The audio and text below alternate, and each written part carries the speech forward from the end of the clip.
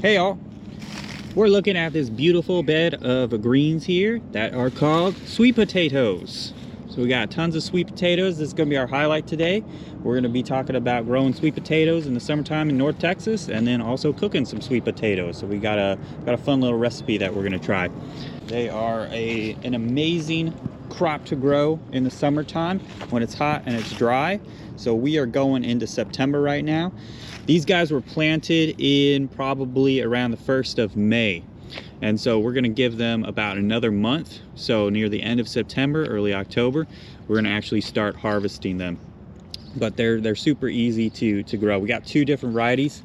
So the co-manager at Ridglea, Anissa, she got a store-bought sweet potato, an organic, I believe, sweet potato. And she just started these from a store-bought sweet potato. And then this guy right here is one that we got from a farmer up in Azle from Hollow Trace Market Farms.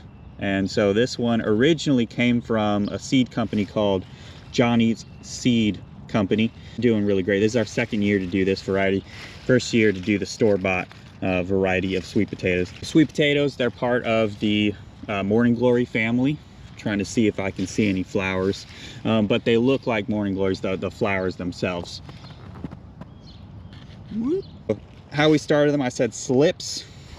And so what we're talking about there is you actually have your sweet potato that's growing underneath the ground. And so how you start them is usually I'll do like February or March. So if I'm planting sweet potatoes in May, I'm going to start my slips probably sometime in March, maybe even April. They grow pretty fast. But you're putting a sweet potato, taking a sweet potato, you're putting it in the soil, and it's going to start sprouting. So if you've ever seen a sweet potato in your cupboard start sprouting leaves, that's it's starting to produce those slips. So we're just going to take a bit of this guy. And so once you start having the sprouts get to about 6 inches, that's when you can cut them. So we have our little slip right here, different options. So right up here, we're just going to take these leaves off. You got 3 different areas where it's going to root. 1, 2, and 3. And then you got a couple different options. So before you're planting, you want to root this. And so you can, if it's time, if it's, you know, hot enough, April, May, you can stick this directly into the soil, and you can bury it all the way up to where you're wanting it to root, where my thumb is at. Or you can stick this in water and just make sure you're changing out the water and checking on it so that's not rotting. It'll root really quickly in water, and then once you have some nice roots, then you can bury it deep into the soil. And so in this bed, we planted every 2 feet.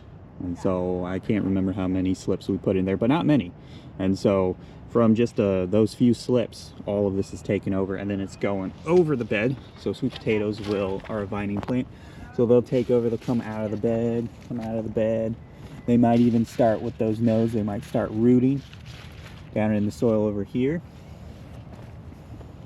But yeah, they'll take the summer heat and the dry really well.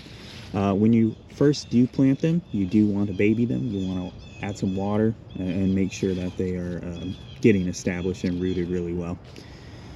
And so that's what we want to do. And so it takes about 4 months, 5 months before we start harvesting them. Our biggest issue during the summertime is grasshoppers. So all of this is grasshopper damage.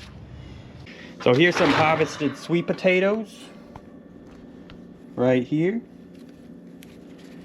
And so before you actually eat them, unlike an actual Irish potato, so this is a different family, and you can see the sprouts right here, we're going to let these cure.